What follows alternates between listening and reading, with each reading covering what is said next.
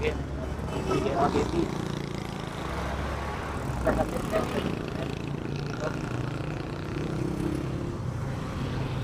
बराबर